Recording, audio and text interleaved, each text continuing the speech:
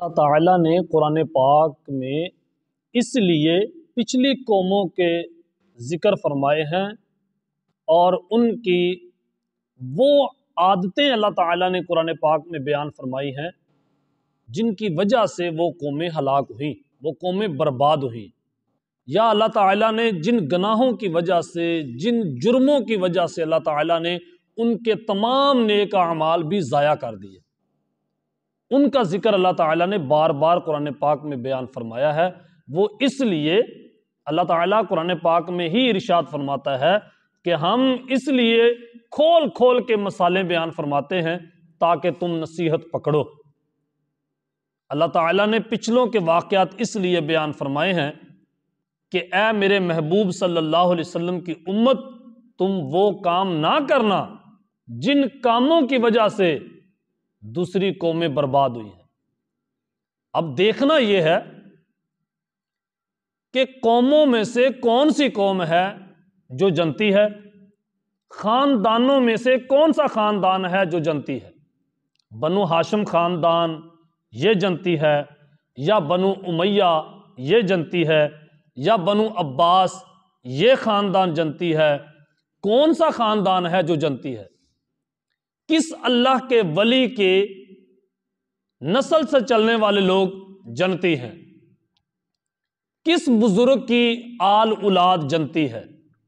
اس بات پر ہم تھوڑا سا غور و فکر کریں گے اور قرآن مجید برہان رشید سے رہنمائی حاصل کریں گے کہ آخرکار کون ہیں جن کے پاس ہم جا کر بیٹھیں، کیونکہ وہ لوگ تو پکے جنتی ہیں۔ آئیں ہم بات پیچھے سے شروع کرتے ہیں جہاں سے اللہ تعالیٰ نے پچھلی قوموں کا ذکر فرمایا ہے۔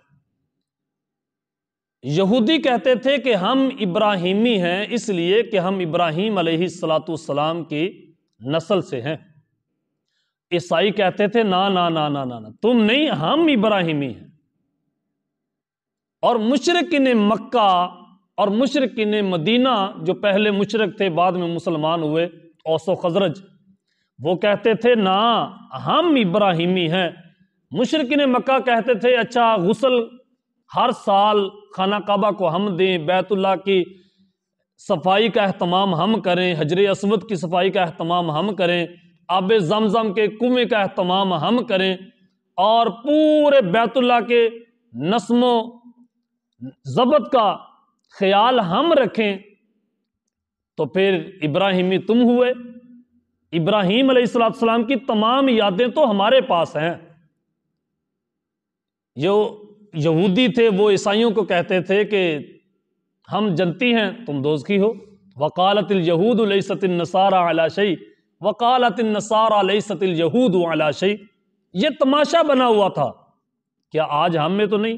لیکن میں بات ہماری نہیں کر رہا، میں بات یہود النصارہ کی کر رہا ہوں کہ ان میں وہ تماشا بن گیا تھا ایک پیغمبر کی اولاد، اور پھر ان میں تماشا یہ کہ ایک کہتا ہے ہم جنتی حق پر ہیں اور تم باطل رستے پہ ہو، تم جھوٹے ہو ہم سچے ہیں، اور دوسرا گروہ کہتا تھا نا ہم سچے ہیں تم جھوٹے ہو۔ وہم یتلون الکتاب، حالانکہ کتاب دونوں ہی اللہ کی پڑھتے تھے، پڑھتے تو دونوں گروہ ہی اللہ کی کتاب پڑھتے تھے، ایک کتاب پڑھتے تھے، اور ایک خود کو سچا دوسرے کو جھوٹا کہتے تھے۔ حالانکہ یہودی بھی سود کھاتے تھے، عیسائی بھی کھاتے تھے، یہودی بھی برے کام کرتے تھے، عیسائی بھی کرتے تھے، یہودیوں کی عوام بھی سارے برائی میں مبتلا ہو گئی تھی اور عیسائیوں کی بھی، بس ایک ضد تھی کہ ہم سچے ہیں اور تم جھوٹے ہو۔ اللہ تعالیٰ نے قرآن پاک میں ارشاد فرمایا اِنَّ أَوْلَى النَّاسِ بِإِبْرَاهِيمَ لَلَّذِينَ اتَّبَعُوهُ، تم میں سے کوئی بھی ابراہیمی نہیں ہے، ابراہیمی صرف وہ لوگ ہیں جو ابراہیم علیہ السلام کی اتباع کریں گے، ایک خدا کی عبادت کریں گے اور اللہ کے احکامات کی پیروی کریں گے۔ اگر تم پیروی نہیں کرتے، تم مسلمانوں میں ہو، تم یہودیوں میں ہو، تم عیسائیوں میں ہو، تم مشرکوں میں ہو، جس کسی میں بھی ہو، جب تم ابراہیم علیہ السلام کی پیروی ہی نہیں کرتے، تم کیسے ابراہیمی ہو سکتے ہو؟ ابراہیمی تو وہ ایمان والے ہیں جو نبی پاک صلی اللہ علیہ وسلم کے ارد گرد ہیں، جو ایک خدا کی عبادت کرتے ہیں اور جو خدا کا حکم آ جاتا ہے وہیں پہ جھک جاتے ہیں، وہ ہیں ابراہیمی۔ اب شور یہ مچ جاتا ہے کہ کیا نبی علیہ الصلوۃ والسلام کی امت میں سے کون سے خاندان افضل ہیں؟ بنو امیہ افضل ہے یا بنو عباس افضل ہے؟ کون سا خاندان ہے جو افضل ہے؟ کون سا خاندان ہے جو سچا ہے؟ کون سا خاندان ہے جو جنتی ہے؟ تو اللہ تعالیٰ نے قرآن پاک میں ارشاد فرمایا تِلْکَ أُمَّةٌ قَدْ خَلَتْ لَهَا مَا كَسَبَتْ وَلَكُمْ مَا كَسَبْتُمْ وَلَا تُسْأَلُونَ عَمَّا كَانُوا يَفْعَلُونَ۔ وہ ایک امت تھی جو گزر چکی، جنہوں نے نیک اعمال کیے۔ تم صحابہ کے ماننے والے ہو، تم انبیاء کے ماننے والے ہو، تم بزرگوں کے ماننے والے ہو، وہ ایک امت تھی گزر گئی، انہوں نے نیک اعمال کیے، انہوں نے اللہ کی بارگاہ میں بڑا مقام حاصل کر لیا، اللہ کی بارگاہ کے برگزیدہ بندے بن گئے، وہ ایک امت تھی گزر گئی، لیکن ان کی نیکیوں میں سے تمہیں کوئی حصہ نہیں دیا جائے گا، ان کی نیکیوں کے تم مالک نہیں ہو۔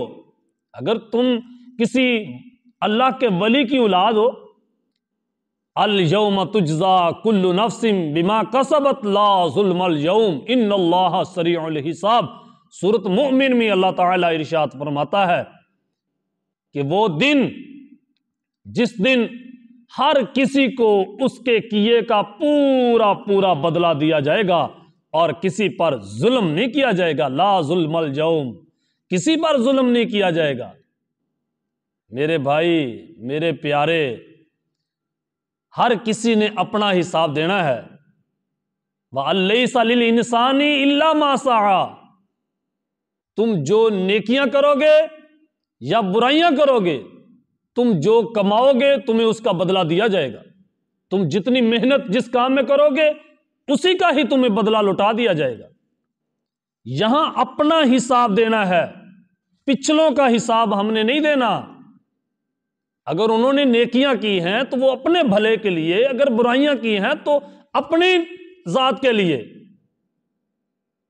لیکن کوئی کسی کا قیامت والے دن ولا تزر وازرۃ وزر اخری، کل قیامت کے روز کوئی جان دوسری جان کا بوجھ نہیں اٹھائے گی، ہر کسی نے اپنا بوجھ اٹھانا ہے۔ اب کیا بنے گا؟ نبی کریم صلی اللہ علیہ وآلہ وسلم نے ارشاد فرمایا،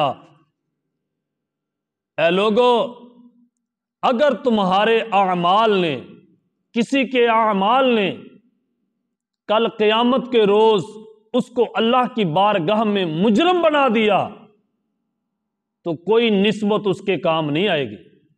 اسی لیے پیارے آقا صلی اللہ علیہ وسلم نے اپنی سگی لاڈلی پیاری بیٹی کو یہ کہا، حضور علیہ السلام نے فرمایا میری بیٹی فاطمہ، اگر اللہ کی بارگاہ میں تیرے اعمال نے تجھے پکڑوا دیا تو میری نسبت تیرے کسی کام نہیں آئے گی۔ تو پھر وہ تو سمجھدار تھیں، ان پر اللہ کی رحمتیں تھیں، یہ تو ہمیں بتانے کے لیے ان کو کہا جا رہا ہے، ورنہ وہ تو خدا کا خوف رکھتے تھے، وہ تو پہلے ہی عبادت گزار تھے، پہلے ہی عبادت گزار تھے۔ اسی لیے پھر سیدہ طیبہ طاہرہ فاطمۃ الزہرا سلام اللہ علیہا نے اتنی عبادت کی اللہ کی، ایسے اللہ کی رحمت کا دامن تھاما کہ آخر جبریل آ گئے کہ اے میرے حبیب صلی اللہ علیہ وسلم، اے اللہ کے محبوب صلی اللہ علیہ وسلم، اللہ نے یہ خوشخبری بھیجی ہے کہ جنتی عورتوں کی سردارہ اللہ نے آپ کی بیٹی فاطمہ کو بنا دیا۔ کسی بزرگ کے اولاد ہونے کی وجہ سے کبھی جنت حاصل نہیں ہوتی، ہر کسی کو اپنے اعمال کا بدلہ دینا ہے، ہر کسی کو اپنے عملوں کا بدلہ دیا جائے گا، نہ کہ اس لیے کہ جس بزرگ کی تم اولاد ہو، نہ اس کسی بزرگ کی اولاد ہونے کی وجہ سے اگر بد عمل انسان بنا تو اس کی سزا ڈبل ہو سکتی ہے، جیسے نبی کریم صلی اللہ علیہ وسلم کی بیویوں کے بارے میں اللہ تعالیٰ نے ارشاد فرمایا سورۃ تحریم کے اندر، اگر تم نے کوئی ایسا کام کیا کہ جو اللہ کا حکم نہیں ہے تو پھر تمہیں سزا بھی ڈبل ملے گی۔ پھر انہوں نے کیا کیا؟ اللہ کا خوف رکھا، انہوں نے برگزیدگی والی زندگی بسر کی ہے، اللہ کے احکامات کو بجا لایا، تاکہ جن کا مقام بڑا ہوتا ہے ان کے گرنے کا خطرہ بھی بڑا ہوتا ہے، جن کا مرتبہ بڑا ہوتا ہے ان پر امتحان بھی بڑا ہوتا ہے۔ اس لیے یہ نہ مان کیا جائے کہ میں فلاں کی اولاد ہوں، نا نا نا نا، کیا قوم بنی اسرائیل افضل تھی یا قوم بنو امیہ افضل ہے، یا ہم میں سے کوئی قوم کوئی برادری افضل ہے؟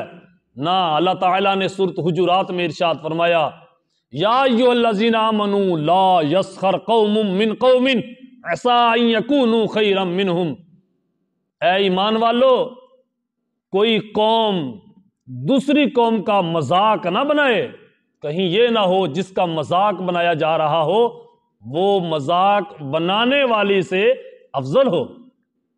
قوم افضل نہیں ہوتی۔